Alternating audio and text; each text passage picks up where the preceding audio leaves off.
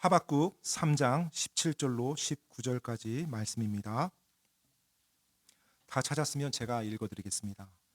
비록 무화과 나무가 꽃을 피우지 못하고 포도나무에 열매가 없으며 올리브 나무에 수고의 산물이 없고 밭이 먹을 것을 내지 아니하며 우리에서 양떼가 끊어지고 외양간에 소떼가 없을지라도 나는 주를 기뻐하며 내 구원의 하나님을 기뻐하리라. 주 하나님은 나의 힘이시니 그분께서 나의 발을 암사슴에 발같게 하사 나를 나의 높은 곳들에서 다니게 하시리라. 이 노래는 내 현악기들에 맞추어 우두머리 노래하는 자에게 준 것이니라. 아멘. 오늘 우리가 읽은 하박국은 3장으로만 3장으로만 이루어진 작은 책입니다. 비록 3장으로 이루어진 작은 책이지만 이 하박국서를 통해서 우리는 놀라운 영적 통찰력을 이렇게 배울 수가 있어요. 그리고 이 안에 담겨진 그 내용은 굉장히 강력합니다. 기도하기는 오늘 제 입술의 혀가 이 내용을 온전하게 여러분들께 잘 묘사하고 전할 수 있기를 기도합니다. 혹시 여러분 이런 생각이 드신 적 있습니까? 왜 선한 사람들이 고난을 당해야 되나?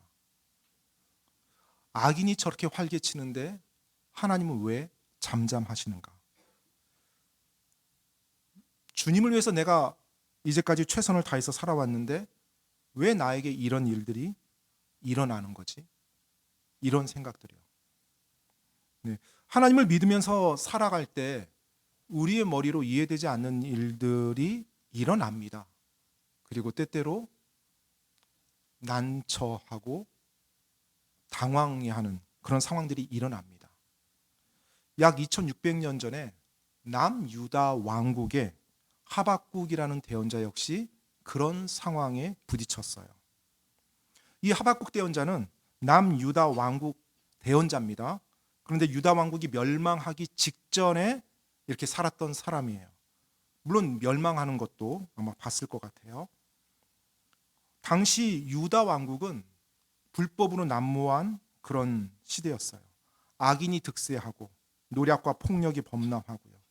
하나님을 믿는다고 주장하는 하나님의 사람들이지만 하나님의 말씀을 무시하고 심지어 하나님의 대언자들을 조롱하는 그런 시대였습니다. 말씀에 따른, 즉 하나님의 율법에 따른 의로운 재판이 이루어지는 것이 아니라 수많은 부패함과 뇌물이 오가며 돈 있는 자가, 권력 있는 자들이 재판을 굽게 만듭니다. 힘없고 나약한 사람들이 고난과 어려움을 당하는 그런 세상이었어요. 하나님이 계시다라면 어떻게 하나님을 믿는 이 나라에서 이런 일이 일어날 수 있을까? 그 의구심을 품고 하나님께 부르짖었던 사람이 바로 하박국 대언자입니다. 하나님의 정의가 없는 것 같아요. 하나님의 의의가 사라진 것 같아요. 그래서 하나님께 부르짖습니다. 하나님, 왜 이런 일이 계속 일어납니까? 하나님 어디 계십니까? 여러 번 외쳤어요. 그러면서 오늘 이 하박국 1장이 이제 시작이 됩니다. 하박국 1장 제가 2절로 4절 말씀을 읽어드리도록 하겠습니다. 오 주여, 내가 부르짖어도 주께서 들으려 하지 아니하시기를 어느 때까지 하시리까? 내가 폭력으로 말미암아 주께 외쳐도 주께서는 구원하려 하지 아니하시나이다. 어찌하여 주께서 내게 불법을 보이시며 내가 학대를 보게 하시나이까? 노략과 폭력이 내 앞에 있사오니 곧 불화와 다툼을 일으키는 것이 있나이다. 그러므로 율법이 힘을 잃고 있으며 판단의 공의가 전혀 나아가지 못하나니 사악한 자가 의로운 자를 애워싸므로 부당한 판단이 나오기 때문이니이다. 당시 유다 왕국의 모습을, 영적인 모습이죠, 하나님 앞에 호소했던 내용이 지금 1절로 4절에 기록되어 있습니다. 하나님의 율법에 순종하지 않은 왕과 관료들, 재판관들에 의해서 하나님의 율법이 힘을 잃었어요. 부자들이 가난한 자들을 착취합니다. 뇌물로 원하는 것을 얻어내요. 재판관들은 재판을 굽게 하고요. 더 이상 정의는 없어 보입니다. 그래서 하박국이 하나님께 외쳐요. 하나님, 어느 때까지 제가 이렇게 부르짖어야 됩니까? 어떻게 하나님 이런 불법과 학대를 제 눈앞에서 일어나도록 하나님이 허락하실 수 있단 말입니까? 이 유다 왕국의 마지막 모습이 사실 여러 대언서에 나와 있습니다. 그런데 역대기야에 기록되는 한 부분만 제가 좀 읽어드리기 원합니다. 하나님께서 유다 왕국을 심판하기 전 이 유다 왕국의 모습이 어떠했는지 역대기야 36장 14절로 16절 말씀인데 제가 한번 읽어드리겠습니다. 또 제사장들의 모든 우두머리들과 백성들도 이교도들의 모든 가증한 일을 본받아 매우 많이 범법하고 주의 집 곧 그분께서 예루살렘에서 거룩하게 하신 집을 더럽게 하였더라. 주 그들의 조상들의 하나님께서 자신의 백성과 자신의 거처를 불쌍히 여기셨으므로 자신의 사자들을 통해 그들에게 말씀을 보내시되 일찍 일어나 보내셨는데도 그들이 하나님의 사자들을 조롱하고 그분의 말씀들을 멸시하며 그분의 대언자들을 학대하였으므로 마침내 주께서 자신의 백성을 향해 진노를 일으키사 끝내 그들을 구제할 길이 없게 되었더라. 지금 역대기야 36장 14절로 16절 말씀에 보니까요. 지금 제사장들과 모든 우두머리들이 이교도들의 가증한 것을 본받아서 범법을 행했다고 합니다. 그리고 하나님이 사자들을 보냈는데 그 사자들을 조롱해요. 그리고 하나님의 말씀을 멸시합니다. 그리고 대언자들을 학대해요. 이 모습이 바로 유다 왕국의 마지막 모습이었어요. 너무나 슬프죠. 이런 상황 속에서 하박국 대언자가 하나님께 부르짖은 거예요. 어느 때까지 제가 이렇게 부르짖어야 됩니까? 그리고 어찌하여 제게 이런 불법과 학대를 계속 보이십니까? 여러분에게 이런 적이 있었습니까? 혹시 이런 경험이 있으세요? 자, 이제 하나님께서 응답하십니다. 하박국에게요. 하박국 1장 5절로 8절 말씀 제가 읽어드리겠습니다. 너희는 이교도들 가운데서 일어날 일을 보고 관심을 두며 놀랍도록 이상히 여기라. 내가 너희의 날들에 한 가지 일을 행하리니 누가 너희에게 그것을 말하여도 너희가 그것을 믿지 아니하리라. 하나님이 한 가지 일을 말해준다고 했어요. 근데 사람들이 안 믿을 거래요. 자, 이제 어떤 말인지 볼게요. 6절입니다. 보라, 내가 저 머질고 성급한 민족 곧 그 땅의 넓은 곳으로 진격하며 자기 소유가 아닌 거처들을 소유할 갈대아 사람들을 일으키노니 그들은 두렵고 무서우며 그들의 심판과 그들의 위엄은 그들 자신에게서 나오리라. 그들의 말들은 또한 표범보다 더 빠르며 저녁 때의 이리보다 더 사납고 그들의 기병들은 스스로 퍼지고 멀리서 오리니 그들은 마치 먹기 위해 서두르는 독수리같이 날아오리라. 이 하박국 대언자가 이 묘사를 굉장히 생동감 있게 묘사했습니다. 자, 이제 하나님께서 유다 왕국을 심판하신다고 말씀하셨어요. 그런데 누구를 사용하냐면 바벨론 제국을 사용합니다. 갈대아 사람들이요. 그런데 그들은 모질고 거친 족속이에요. 그리고 그 군대는 잔인하기로 소문난 군대입니다. 그런데 그들이 유다 왕국을 어떻게 정복해요? 8절 말씀해 보니까 그들의 말들은 표범보다 더 빠르고요. 이리보다 더 사납고요. 그리고 마치 독수리가 먹이를 낚아채는 것처럼 그렇게 그 기병들이 서두르면서 유다 왕국을 온다는 거예요. 이 하나님의 말씀을 하박국 대언자가 들었을 때 일단 한 가지, 하나님의 심판하시는구나. 하나님이 모르고 계시는 게 아니었구나. 이 사실을 알았을 거예요. 그런데 또 다른 질문이 생겼어요. 어떤 질문이냐면 그것은 자기가 생각하지 못했던 방법으로 하나님이 지금 하나님의 심판을 집행한다는 거예요. 즉 잔인하고 무시무시한 바벨론 군대가 유다 왕국을 완전히 진멸시키는 겁니다. 어쩌면 하박국 대언자는요, 그동안 하나님께서 이스라엘 백성을 징계하셨던 것처럼 어떤 역병이라든지 재앙이라든지 자연재해라든지 아니면 왕들을 바꿔서 그 땅의 부패를 올바르게 할 걸 기대했을지도 모르겠어요. 유다 왕국은 여전히 존재하면서 자기 백성들은 여전히 살아가면서 하나님의 심판이 임하지 않을까라고 기대했는데 지금 그게 아닌 거예요. 자기 나라 자체가 없어지는 거예요. 그런데 더 황당한 것은 자기 나라보다 훨씬 더 악한 바벨론 제국을 통해서 하나님의 정의를 집행한다는 거예요. 자, 바벨론 군대가 어떻게 유다 왕국에 오는지 한번 여러분 보겠습니다. 하박국 1장 9절로 11절 말씀입니다. 제가 읽어드릴게요. 그들은 다 폭력을 행사하러 오는데, 이제 바벨론 제국이죠.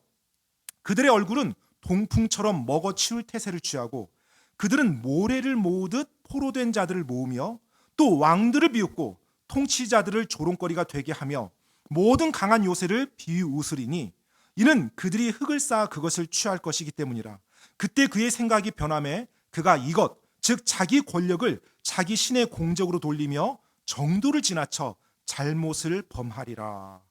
자, 지금 이 바벨론 제국이 어떻게 와요? 폭력을 행사한대요. 유다 왕국에서요. 모래를 모으듯 포로들을 모은대요. 그리고 10절에 보니까 왕들을 비웃고 통치자들을 조롱거리가 되게 만든대요. 사실 이 바벨론 제국의 그 내용을 보면요. 이들은 자신들이 정복한 국가가 있으면 그 국가의 왕이나 아니면 장군들을 이 동물 우리에 가뒀다고 합니다. 그리고 동물 우리에 가둬놓고 전시를 했대요. 사람들이 구경하게끔. 즉 조롱하는 거죠. 그걸 통해서 다시는 그 왕이나 그 장군들이 감히 바벨론 제국을 향해서 어떠한 생각도 하지 못하게끔 모든 걸 다 눌러버리는 거예요. 이런 식으로 사람에게 수치와 모멸감 주고 아주 잔인하게 사람들을 학살하고, 그러니 주변 국가들이 공포감에 사로잡혔었죠. 그 바벨론 군대가 유다 왕국에 와서 유다 왕국을 진멸한다는 겁니다. 이제 하나님의 심판이 임한다는 거예요. 그 하나님의 말씀을 듣고 하박국 대언자가 하나님께 다시 또 묻습니다. 이제 두 번째 질문이죠. 하박국 1장 12절로 13절 말씀입니다. 오 주 내 하나님이여 나의 거룩한 분이요. 하박국이 지금 내 하나님 나의 거룩한 분이라고 했어요. 주께서는 영원부터 계시지 아니하시니까 우리가 죽지 아니하리이다. 오 주여 주께서 심판하시려고 그들을 정하셨나이다. 오 강력하신 하나님이여 주께서 바로잡아 주시려고 그들을 세우셨나이다. 주께서는 눈이 정결하셔서 악을 보지 못하시며 불법을 볼 수 없으신데 어찌하여 배신하는 자들을 바라만 보시고 사악한 자가 자기보다 더 의로운 자를 삼키는데도 주의 혀를 억제하시나이까. 밑으로 내려와서 17절 말씀도 한 구절 읽어드릴게요. 그러므로 그들이 자기들의 그물을 비워대고 계속해서 민족들을 아끼지 아니하고 죽여야 하리이까.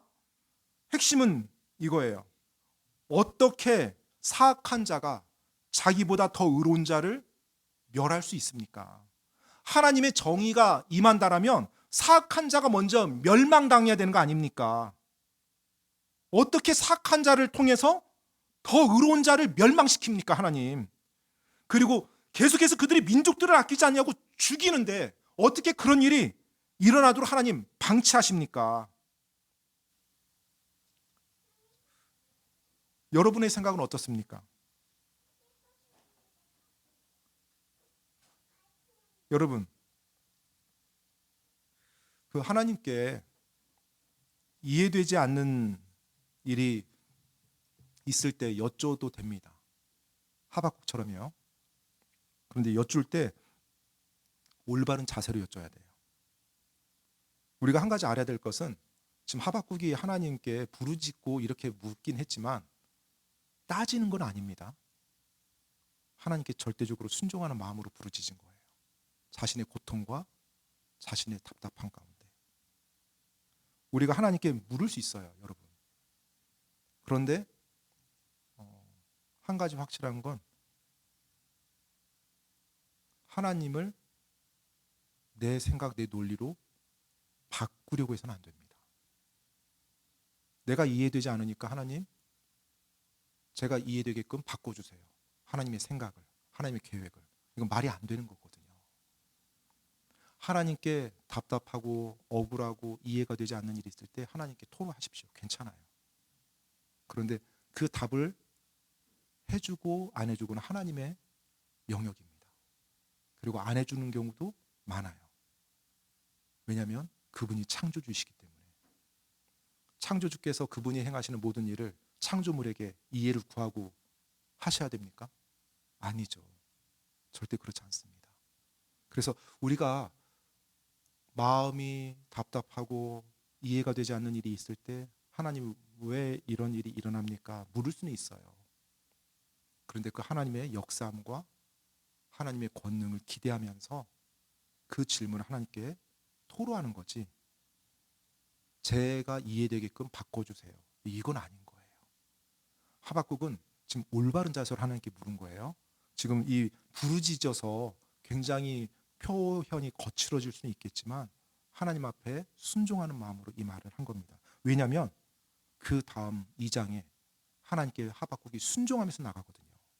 순종하면서. 자, 2장 2절로 4절 말씀 보도록 하겠습니다. 주께서 내게 응답하여 이르시되 이 환상 계시를 기록하고 판들 위에 분명하게 그것을 새겨서 그것을 읽는 자가 다름질치게 하라.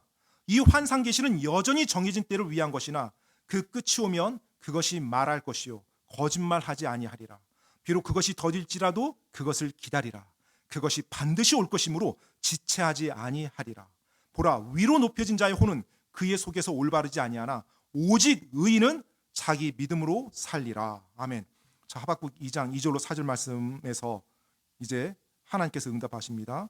그런데 하나님이 환상 계시를 보여주신다고 하셨어요. 그리고 그 계시를 판들 위에 기록하라고 했습니다. 그래서 하박국이 하나님의 말씀에 따라서 기록을 합니다. 그게 바로 하박국서예요. 하나님 말씀 앞에 하박국이 순종하면서 그 말씀을 기록한 거예요. 하나님이 왜 이 계시를 기록하라고 했을까요? 하박국에게 그 말씀이 필요했으니까요. 그리고 오늘날 여러분과 저에게도 이 말씀이 필요하니까요. 그 말은 지금 무슨 말일까요? 우리들의 삶 속에서도 하박국과 같은 질문이 나올 수 있다는 거죠. 그래서 영원한 하나님의 말씀에 기록해 주신 거예요. 자, 이제 하나님께서 하박국에게 말해줍니다. 내가 너에게 보여준 계시, 그것이 반드시 이루어질 것이다. 더딜지라도 그것을 기다리라. 반드시 올 것이다. 하나님께서는 바벨론의 포로 생활에서 유대인들이 구출될 것을 말해주고 있고요. 또 더 먼 시각에서는 나중 환란기에 유대인들이 반드시 구출될 것을 하나님이 예언으로 말해주고 있는 내용입니다. 사실 히브리서 10장에 이 내용이 또 인용이 돼서 사용이 돼요. 히브리서 10장에. 그러면서 그 부분에서는 장차 임할 환란기를 말해주고 있어요. 자, 이제 하나님께서 그 내용을 말해주면서 어쩌면 이 성경에서 가장 유명한 구절 중에 하나가 아닌가 생각이 되는데요. 4절 말씀, 오직 의인은 자기 믿음으로 살리라 라는 말씀을 하박국에게 말해줍니다. 아마 이 말씀을 교회를 다녀보셨으면 한 번쯤은 들어보셨을 거예요. 그런데 이 말씀이 많은 사람들은 로마서에 기록된 말씀으로 알고 있어요. 그런데 로마서 이전에 하박국에게 하나님이 해주셨던 말씀이에요. 의인은 어떻게 산다고요? 오직 믿음, 자기 믿음으로 산다고 말씀하고 있어요. 우리가 알고 있는 종교개혁의 그 마틴 루터 역시 이 말씀에서 큰 힘을 받아서 종교개혁을 감행합니다. 그리고 이제까지 살았던 수많은 사람들이 이 말씀의 진리로 인해서 다시 일어나서 하나님 앞에 나갔던 것을 볼 수가 있어요. 오직 의인은 자기 믿음으로 살리라. 이 말씀은 사실 성경의 용례를 보면 두 가지 용례로 사용됩니다. 우리가 구원받을 때 믿음으로 구원받는다는 걸 말해주고 있어요. 의인은 믿음으로 되는 것이지 행위로 되는 것이 아님을 말해주고 있습니다. 로마서 말씀 같은 경우, 갈라디아서 말씀이 그런 경우예요. 그리고 또 지금 이 용례에서 보게 되면 구원받은 이후 믿는 자들이 믿음으로 살아야 됨을 말해주고 있어요. 우리 그리스도인들은 믿음으로 사는 사람이지 우리의 느낌, 감정, 우리 눈에 보이는 것에 따라서 좌지우지돼서는 안 된다는 것입니다. 믿음으로 산다는 것은 하나님의 말씀을 믿고 순종한다는 거예요.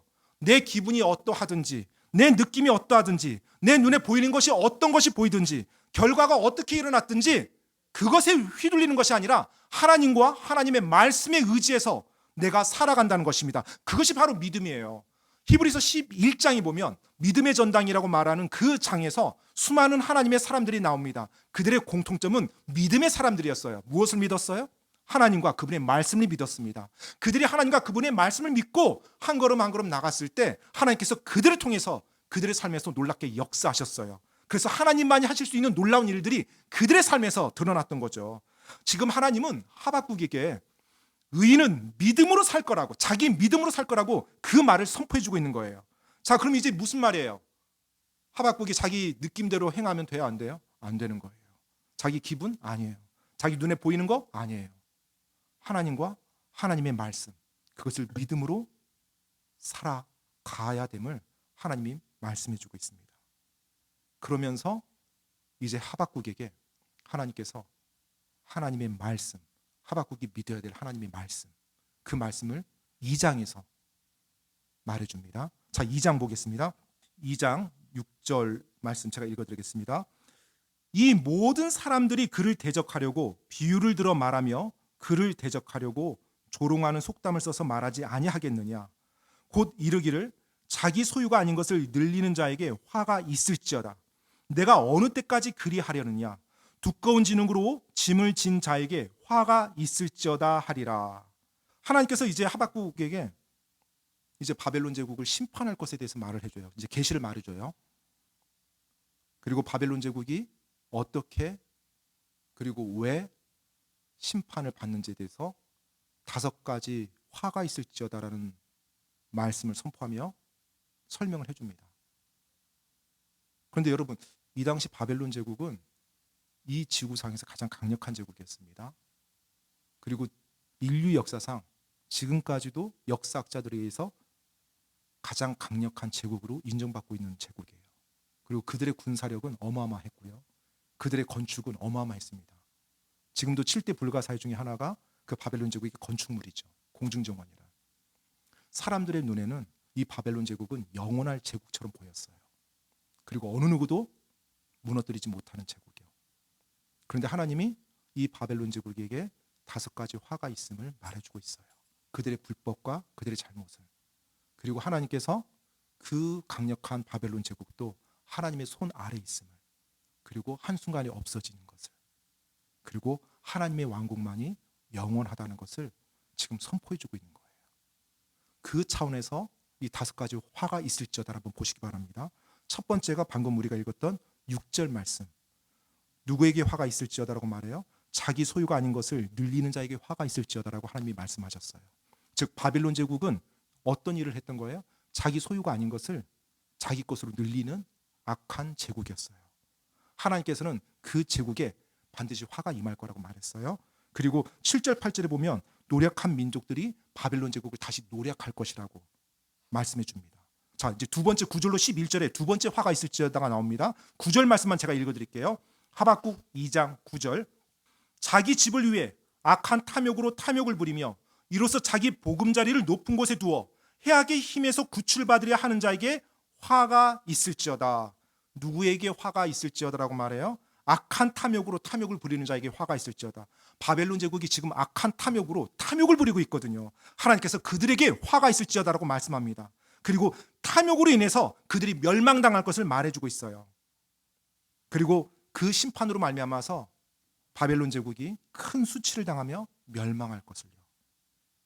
세 번째 화가 있을지어다 또 말씀합니다. 12절로 14절 말씀이에요. 12절만 제가 읽어드리겠습니다. 피로 고을을 건설하며 불법으로 도시를 세우는 자에게 화가 있을지어다. 지금 바벨론 제국에 대해서 하나님이 계속 말씀해주고 있습니다. 바벨론 제국이 어떤 제국이라고 말해주고 있는 거예요? 피로 고을들을 건설하며 불법으로 도시를 세우는 제국이라고 말해주고 있어요. 그래서 그들에게 화가 있을 것이라고요. 사람들을 착취해서 자기의 이득으로 삼는 자들에게 화가 있을 거라는 하나님의 공의에 대해서 말해주고 있는 거고요. 고대 바벨론 제국은 정말로 강력한 제국이었죠. 그런데 이들의 그 강력함 그리고 그들의 놀라운 건축물들은 다 무엇으로 말미암은 것이었어요? 사람들의 피였어요. 그것도 자신들이 정복한 국가들의 무지한 사람들의 피로 그 모든 것들이 만들어지고 세워졌던 것입니다. 포로들을 착취해서 그 강력한 제국이 하나씩 하나씩 세워졌던 거죠. 그런데 오래가지 못했습니다. 모든 것이 한순간에 다 무너지고 폐허로 변했어요. 강력한 군사력, 강력한 왕권, 강력한 도시. 당시 살았던 세상의 모든 사람은 바벨론 제국이 무너질 거라고 상상도 못했죠. 그런데 그 바벨론 제국이 하루아침에 무너졌어요. 하루아침에. 진짜 역사적으로 보더라도 하루아침에. 그리고 나서 하나님이 지금 이 세 번째 화가 있다고 말씀하시면서 한 가지 말씀을 더해줍니다. 바로 하나님의 왕국에 대해서 말씀해줘요. 너희들이 지금 볼 때 이 바벨론 제국이 영원히 이 땅을 통치할 것처럼 보이지만 이 바벨론 제국은 반드시 멸망한다. 그들의 불법과 그들의 죄와 하나님을 업신여김으로. 그런데 바벨론 제국이 아니라 이 땅에 내 왕국이 세워질 것이다. 그리고 내 왕국은 영원토록 영광받으며 무궁히 진행될 것이다. 그 말씀을 이 부분에서 말씀해 줘요. 바로 하박국 2장 14절 말씀입니다. 물들이 바다를 덮는 것 같이 땅은 주의 영광을 아는 지식으로 가득 차리라. 어느 때가 온다고요? 물들이 바다를 덮는 것 같이 온 땅이 주님의 영광을 아는 지식으로 가득 찰 때가 온다는 거예요. 바벨론 제국은 무너집니다. 하지만 하나님의 왕국은 영원토록 무궁하다는 것을 하나님께서 말씀해 주고 있어요. 너희가 경외해야 될 대상은, 너희가 진정 두려워해야 될 대상은 바벨론 제국과 바벨론 제국의 왕이 아니라 하나님의 왕국과 하나님이라고 지금 하나님께서 말씀해 주고 있는 것이에요. 그리고 그분의 왕국이 영원히 설 것을 말해 주고 있습니다. 혹시 여러분 눈에 영원히 지속될 것처럼 보이는 국가가 있습니까? 강력한 국가요? 제가 말씀드리지만 반드시 멸망합니다. 이제까지 인류 역사상 남아있던 왕국 하나도 없었어요. 지금 그렇게 잘 나가는 국가 다 멸망합니다. 여러분 생각할 때 영원히 지속될 기업이 있을 것 같습니까? 여러분이 생각할 때 영원히 지속될 어떤 사람이 있습니까? 아니죠. 더더욱 없죠. 모든 건 다 멸망해요. 하지만 하나님의 왕국, 그 왕국이 이 땅에 세워질 거고요. 하나님의 통치, 그 통치가 영원히 지속될 거예요. 그것을 하나님의 사람들이 봐야 되는 것입니다. 그래서 하나님의 왕국만이 선다는 것을 하나님께서 하박국에게 지금 말해주고 있는 거예요. 그리고 이제 네 번째 화가 있을지어다를 말합니다. 15절로 17절까지예요. 15절 말씀만 제가 읽어드리겠습니다. 자기 이웃에게 마실 것을 주며 내 술 부대를 그에게 주고 또한 그를 취하게 함으로써 내가 그들의 벌거벗음을 보게 하는 자에게 화가 있을지어다. 자, 술 취하고 술을 주면서 술을 권하고 그 벌거벗음 보게 하는 자들에게 화가 있을지어다. 바벨론 제국이 어떻다는 거예요? 술 취하는 국가였어요. 술과 향락을 추구하는 자는 반드시 멸망하고 수치를 당하게 돼 있습니다. 사실 이 바벨론 제국이 멸망한 모습이 다니엘서 5장에 나와 있어요. 바로 바벨론 제국의 벨사살 왕이 그 바벨론 제국 귀족 1000명을 불러와요. 1000명.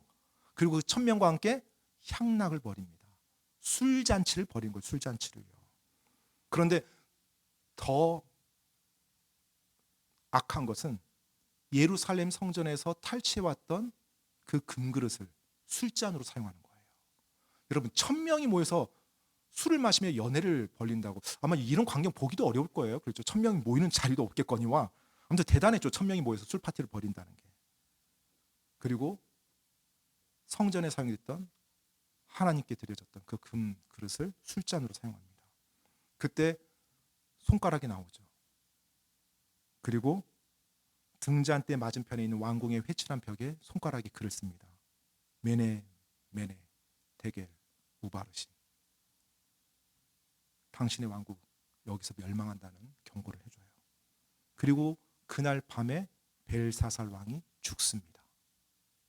그리고 메대 왕국의 다리오가 바벨론 제국을 정복해요. 너무 놀랍지 않습니까? 하루아침에 하나님께서는 술 취하는 자 그리고 술을 주는 자들에게 화가 있을지어다라고 말씀합니다. 그런데 바벨론 제국에 대해서 지금 말씀하고 있는 거예요.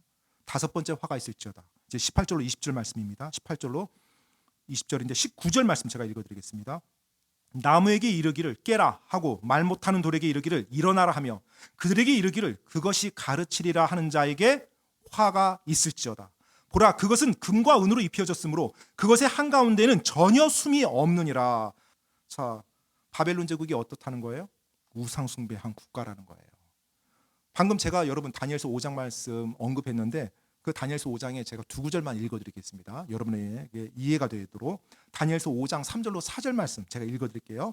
이에 그들이 예루살렘에 있던 하나님의 집 성전에서 탈취한 금그릇을 가져오매 왕과 지금 벨사살 왕입니다. 그의 통치자들과 아내들과 첩들이 그것들로 마시더니 4절 그들이 포도주를 마시고는 금과 은과 놋과 쇠와 나무와 돌로 된 신들을 찬양하니라. 이들이 지금 그 자리에서 뭘 했다는 거예요? 우상 숭배했다는 거예요. 술 마시면서 자신들의 우상을. 하나님께서 지금 뭐라고 말씀하세요?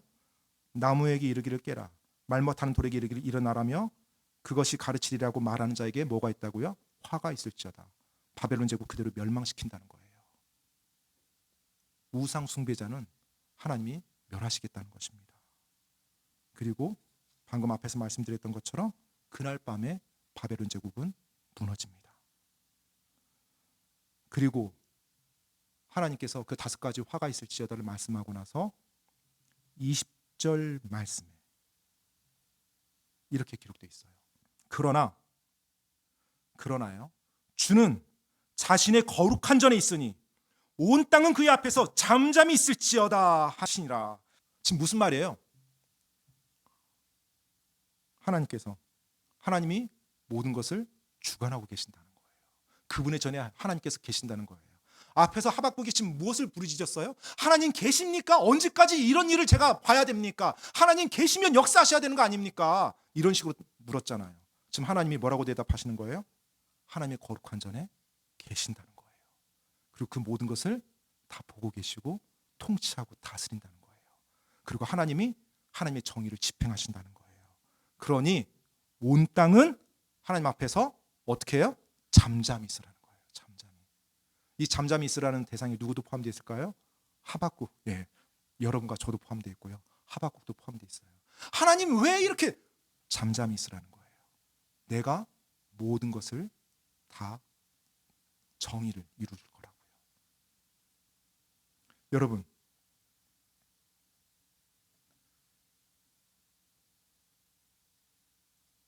지금 하나님께서 바벨론 제국의 멸망에 대해서 말씀하면서 하나님의 영원한 왕국에 대해서 이야기해 주시고 하나님이 그분의 거룩한 전에 계시다는 것을 말씀해 주셨어요. 지금 포인트는 앞에서 제가 말씀드렸던 것처럼 바벨론 제국이 멸망하는 게 포인트가 아니라 모든 세상을 통치하시는 하나님이 계시다는 게 포인트입니다. 그 하나님이 너의 하나님이라는 거예요. 그 순간 하박국의 모든 생각이 바뀝니다. 더 이상 하나님 앞에 묻고 자시고 할 게 없는 거예요. 그 하나님의 위대함과 전능하심과 거룩하심과 그 모든 세상을 통치하심 앞에 자기 자신이 우두커니 서 있는 거예요. 그리고 그분 앞에 경외심을 느끼며 그리고 뭐라고 말해요?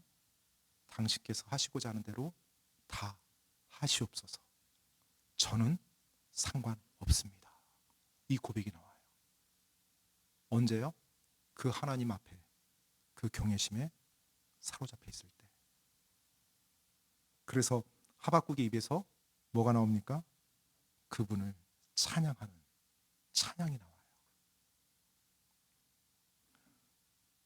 하나님은 하박국에게 하나님의 어떤 분이라는 것만 보여주셨어요.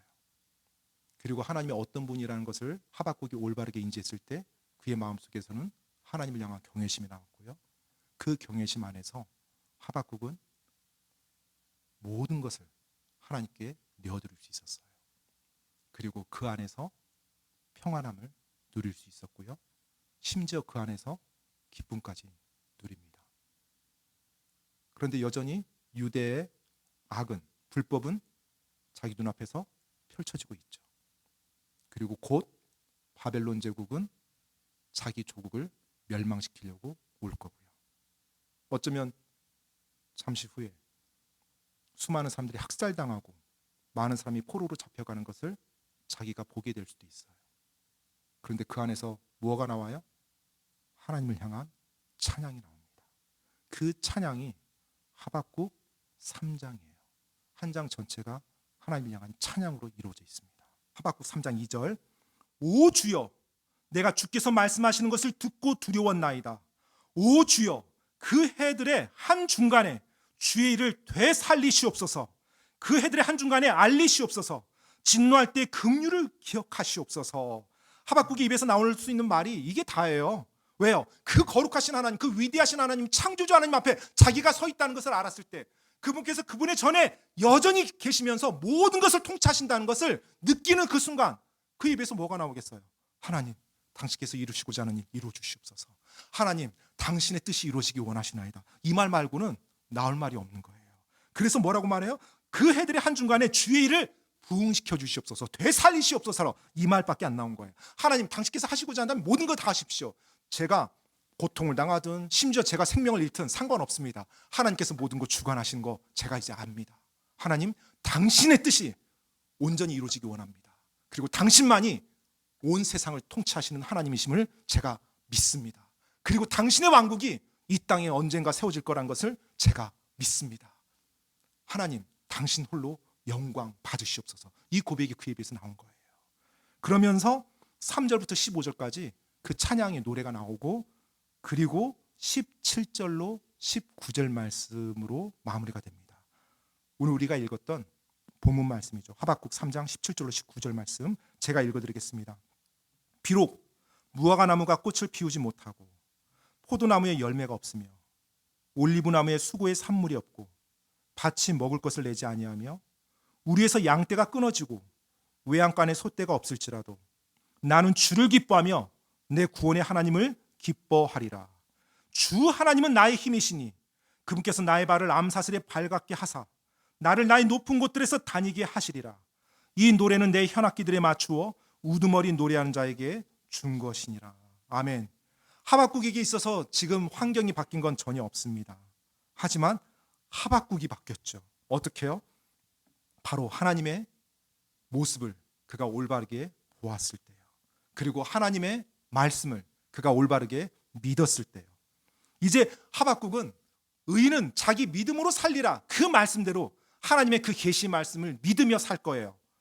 하나님께서 하나님의 일을 이루신다는 그 믿음, 하나님께서 영원부터 계셨고 모든 것을 통치하시고 다스린다는 그 믿음, 그리고 내가 지금 그 하나님을 섬기고 있다는 것, 장차 물들이 바다를 덮은 같이 하나님의 영광을 아는 지식이 온 세상을 가득 채울 거라는 그 믿음, 그곳에서 하나님과 영원히 자신이 살 거라는 그 믿음, 그 믿음으로 하박국이 발을 내디디며 나가는 것입니다. 그러했기에 방금 전까지 초조하고 안달하며 불안해했던 그의 모든 마음이 바뀌었던 거예요. 국가의 멸망과 죽음의 위험이 다가오고 있는 상황에서 그 모든 일을 주관하시는 분이 나의 하나님이라는 것, 그리고 그분이 나에게 궁극적으로 선을 이루어 주신 하나님이라는 것, 그리고 내가 영원히 그분과 함께 살 하나님의 사람이라는 것, 그 안에서 그가 평안을 누리는 겁니다.